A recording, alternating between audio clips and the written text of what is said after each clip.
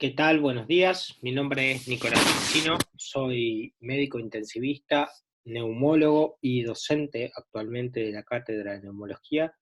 La idea es compartir con ustedes a través de una breve charla algunos conceptos acerca de oxigenoterapia. El objetivo es que al finalizar esta charla ustedes sean capaces de incorporar algunos conceptos nuevos acerca de oxígeno, que comprendan que el oxígeno es un fármaco más dentro del arsenal terapéutico con el cual contamos y que por lo tanto tiene sus indicaciones, que son claras y precisas, y sus contraindicaciones, que también son claras y precisas. Genera múltiples beneficios, eso ya lo saben, pero también es capaz de generar daño cuando está incorrectamente indicado. Y este es un poco el mapa de trabajo de esta charla. Hablaremos inicialmente algo acerca de la importancia, haciendo hincapié fundamentalmente en el daño que es capaz de ejercer el oxígeno.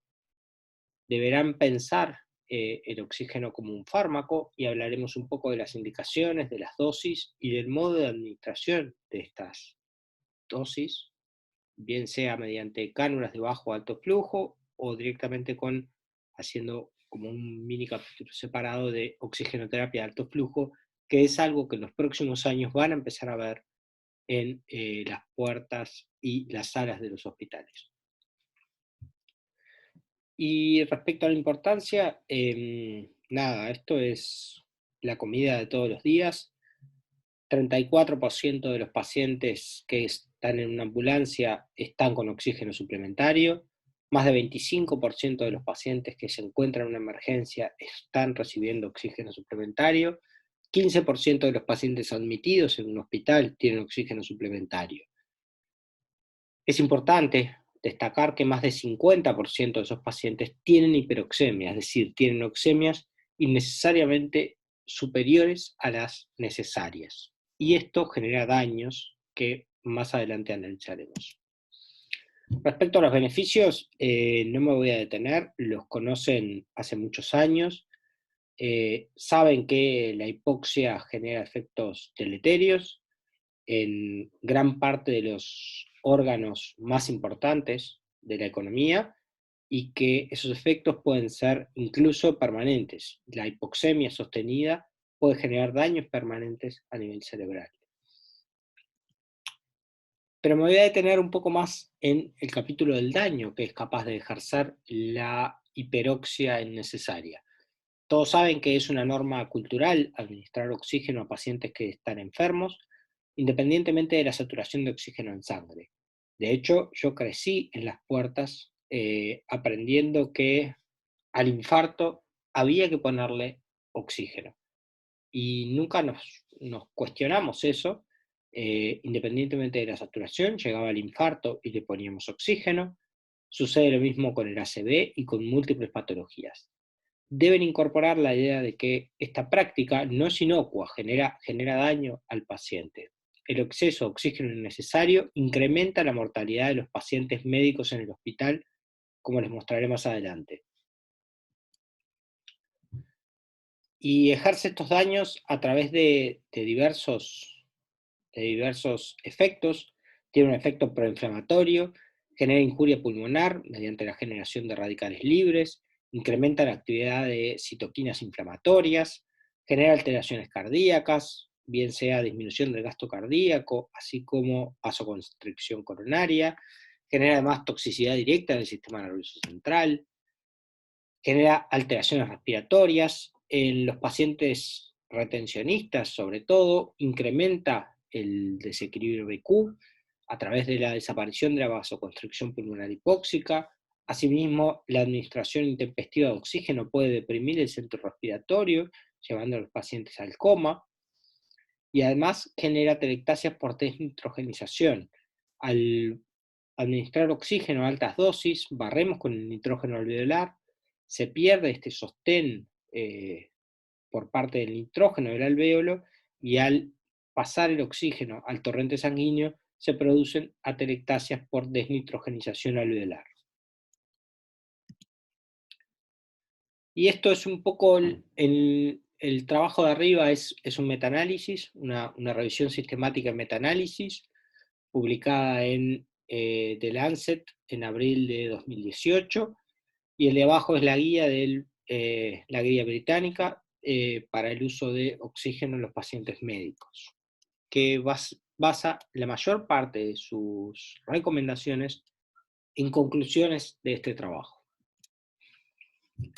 Este trabajo incluye más de 16.000 pacientes, incorporando más de 25 trials. De esos trials hay muchos que son europeos, pero hay de varios continentes. Hay pacientes que ingresaron por eventos cardiovasculares, por eventos neurológicos, hay pacientes de cuidados críticos y hay pacientes quirúrgicos. La media de edad de los pacientes era 64 años, 70% eran hombres. Y acá tienen un poco las conclusiones, o las conclusiones no, la tabla de resultados de este trabajo. Quizás ya lo sepan esto, este tipo de trabajos se pone el autor, el trabajo, la cantidad de pacientes, y como ven ahí en la gráfica hay un cuadradito que para los distintos trabajos tiene distinto tamaño, y una línea que tiene distinto tamaño para distintos trabajos. Eso lo que pretende hacer es generar una idea visual de cuál es el peso y la variabilidad de los datos en las conclusiones. Es decir, cuanto más grande es el cuadrado y más pequeña la línea, el trabajo generó más peso en las conclusiones de este análisis. Y como ven abajo, en los cuadraditos blancos, se presentan los resultados en función del análisis de los datos. Lo que ven ahí, hacia la derecha, favorece la estrategia de administrar menos oxígeno, y hacia la izquierda favorece la estrategia de administrar más oxígeno. Ven que el trabajo concluye que hay que administrar menos oxígeno porque incrementa la mortalidad hospitalaria, la mortalidad a 30 días y la mortalidad en el seguimiento a largo plazo. Recuerden que es un trabajo que reúne múltiples trabajos y que incluye a más de 16.000 pacientes, por lo que la calidad de evidencia de este trabajo es muy sólida.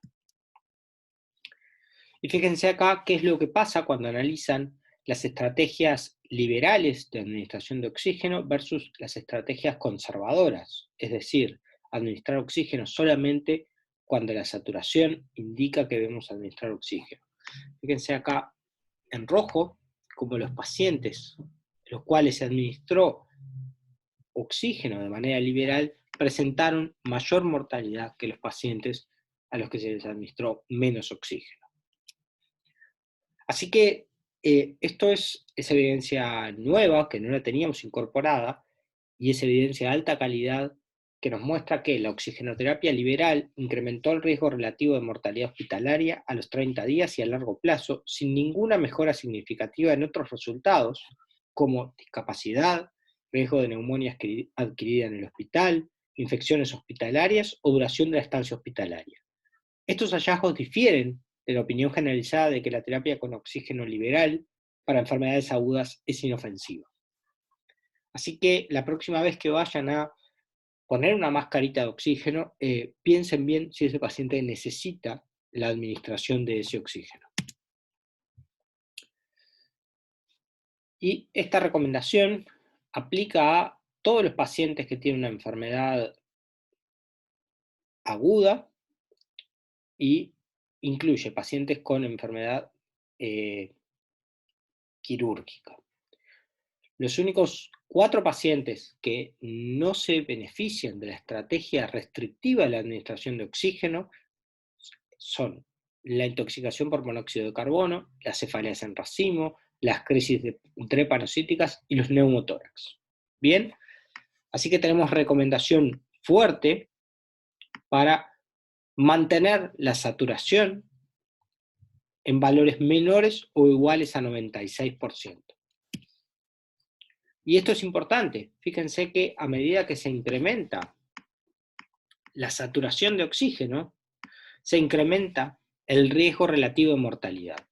Necesitamos buscar límites superiores por debajo de los cuales se optimice entonces la relación daño-beneficio. Por ahora, la evidencia apunta a que es 96, pero muy probablemente en años venideros encontremos que quizás 95 o 94 es incluso mejor que 96 en cuanto al riesgo-beneficio de administrar oxígeno. En suma, el incremento de 1% en saturometría por encima de 96 incrementa el riesgo relativo de muerte intrahospitalaria en 25%, el incremento en 1% en la saturometría por encima de 96 incrementa el riesgo relativo de muerte a largo plazo en 17%. Ahora bien, entendida la importancia del tema y los riesgos y beneficios, hablaremos un poco ahora de cómo administrar este fármaco que es el oxígeno. La oxigenoterapia es la administración de oxígeno a concentraciones mayores a las del aire ambiente con la intención de tratar la hipoxemia. Entiendan que el objetivo final es solucionar la hipoxia tisular, que es el problema del paciente, y el objetivo, como habrán concluido de la parte previa, es la normoxemia, no la hiperoxia. En esta charla hablaremos solamente de oxigenoterapia aguda. La oxigenoterapia crónica tiene algunas particularidades que en otra charla, si quieren, las abordamos. Entiendan que es un fármaco que tiene indicaciones, contraindicaciones, vías y modos de administración precisos. Las indicaciones de oxígeno son estas que ven ahí, es el tratamiento de la hipoxemia tanto de causa pulmonar como extrapulmonar. Dentro de las causas pulmonares de hipoxemia se encuentra el desequilibrio de Q, el shunt intrapulmonar y las alteraciones de la difusión. Dentro de las causas extrapulmonares está el descenso de la fracción inspirada de oxígeno, el shunt cardíaco. Sepan que la hipoventilación genera incremento de la PCO2 y por ley de suma de gases genera hipoxemia, dado que la suma total de gases en el alvéolo se mantiene constante. Es decir, el tratamiento de la hipoventilación y de la hipoxemia asociada a la hipoventilación no es la administración de oxígeno, sino más bien corregir la causa de la hipoventilación. ¿Y qué modos de administrar tenemos el oxígeno? Tenemos sistemas de bajo flujo y sistemas de alto flujo. Tenemos dentro de bajo flujo los catéteres nasales, las máscaras simples y las máscaras con reservorio. Dentro del sistema de alto flujo tenemos las máscaras de flujo controlado y las cánulas nasales de alto flujo ELOAF. Sistemas de bajo flujo, el flujo es menor que el flujo inspiratorio del paciente. Por lo tanto, el paciente inhala una mezcla de oxígeno y aire de la atmósfera y tiene la particularidad de no asegurar niveles estables de FiO2. La FiO2 dependerá del patrón ventilatorio, del flujo de oxígeno en la pared, del tipo de dispositivo empleado y del tamaño del reservorio. Dentro de los sistemas de bajo flujo tenemos la cánula nasal. La cánula nasal, la FiO2 se incrementa 3 a 4% por cada litro minuto que aumento el oxígeno. Es decir, de la FiO2 que respiramos todos, 21%, si yo pongo el flujo en 1, voy a tener 24%, si lo pongo en 2, 28, y así. Aporta, por lo tanto, una FiO2 que oscila entre 24 y 36%. Si lo estoy usando a menos de 4 litros minutos, no es necesario humidificarlo, y no deben usarse a más de 6 litros minuto porque resulta incómodo para el paciente. Es un método sumamente confortable que permite al paciente hablar, comer, expectorar, mientras tiene colocado el dispositivo de administración de oxígeno. Respecto a la máscara de flujo libre, da mayor FiO2 que la cánula nasal porque aumenta el reservorio. Acá ven como el reservorio es mayor. La FiO2 que administra está entre 0,4 y 0,6%, 0,4 y 0,6%, no por ciento, entre 40 y 60%. Si está el flujo en la pared a 5 o 6 litros minuto, la FiO2 administrada será del 40%, y si está entre 7 y 8 será del 60%. No usar flujos menores a 5 litros minuto, pues favorecen la reinhalación de CO2, y el paciente puede deprimir su conciencia por incremento de la CO2, y tampoco utilizar flujos mayores a 8 litros minuto, ya que no incrementa la concentración de oxígeno. Es decir que la máscara de flujo libre deberá usarse entre 5 y 8 litros minuto. Las máscaras con reservorio, si vienen comprendiendo lo que venimos conversando, sabrán que incrementa la FiO2 al incrementar el reservorio.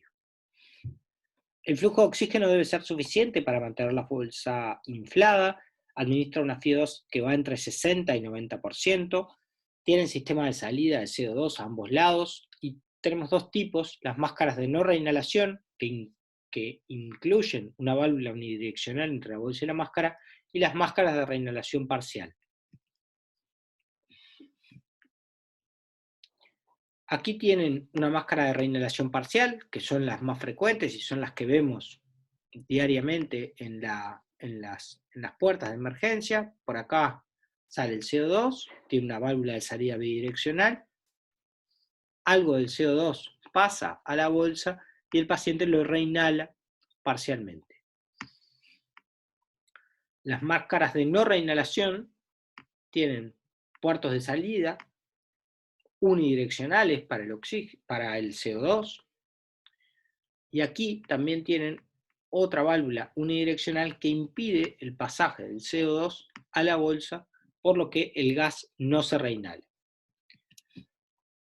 Las que tienen válvulas de no reinhalación generan FiO2 más cerca de 90, y las que no tienen las válvulas de reinhalación generan FiO2 algo más bajas. Ahora bien, hemos visto los sistemas de bajo flujo, veremos algo de los sistemas de alto flujo. El flujo de oxígeno suministrado es la totalidad del gas inspirado. La FiO2 administrada es constante e independiente del patrón respiratorio del paciente y vale entre 24 y 50%. La mayor indicación es cuando es necesario controlar la FiO2 administrada o no conseguimos una saturación aceptable con los otros sistemas que veníamos viendo. Y la administración de estos sistemas de alto flujo se basa en el efecto Venturi, en el cual un flujo conocido de oxígeno a determinados litros minuto ingresa por la máscara, arrastra aire ambiente a una mezcla conocida dependiendo del tamaño de los orificios, recibe el paciente esa mezcla fija conocida de oxígeno y luego por este sector exhala el gas. La entrada de aire depende de la velocidad del jet y del tamaño de apertura de esta válvula que les mostré. Y son este tipo de sistemas que los han visto en las puertas. Estas son las máscaras de alto flujo, de flujo controlado. Hay de varios tamaños, de varios colores, varios tamaños de abertura, de varios colores. Este es un sistema que es también frecuente en las puertas. Por acá entra el oxígeno, se elige el nivel de FiO2 que se desea, 35, 40, 50, y aquí al lado dice la cantidad de litros minuto al cual debe estar el oxígeno en la pared para suministrar esa mezcla fija. Y por aquí sale el aire expirado.